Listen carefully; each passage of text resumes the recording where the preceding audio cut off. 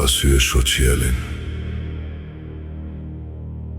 jo pre dritës, jo pre mëshirës së natës, po pre asaj peshe që bie mbi shpirt. Kur njeriu më në fund ulet dhe vëveshën mbi gjoksin e dheut, atje fillon gjithçka. Jo si pamje, jo si ide, jo si madhështi e shpallur, po si ajo rrahje e thellë që se kap veshin nxituar. As syri që kërkon të ngopet me shkëlqim, por vetëm ai njeri që ka ndenjur mjaft gjatë nën barrën e botës sa të kuptoj se pesha, kur rri gjatë në ndërgjegje, nis të bëhet tingull.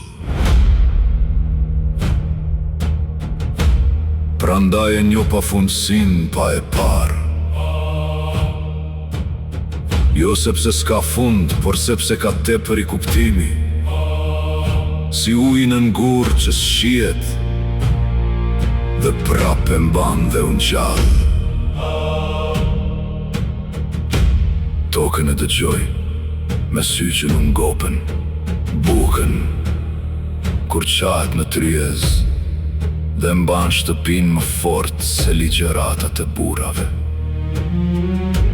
Emrin e nënës kur thuhet ulet, jo pse është i vogël, por pse është i shenjtë. Flamurin kur nuk lëviz për shfaqje, por rri drejt si plag që nuk pranon turp. Pragun që mban peshën e hyrjes dhe të ikjes pa kërkuar sy.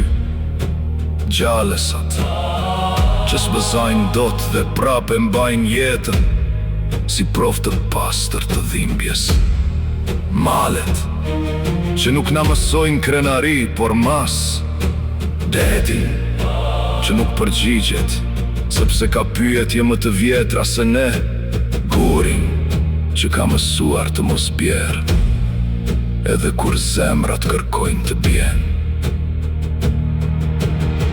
Ne ndëm i shpesh si të fjetur në këmbë, njeriu i kohës son ecën me ekran në dorë, si me një kandil të rem, i afron fytyrës si e që të shoh më thellë, por që të mos i duhet ta shoh terrin e vet.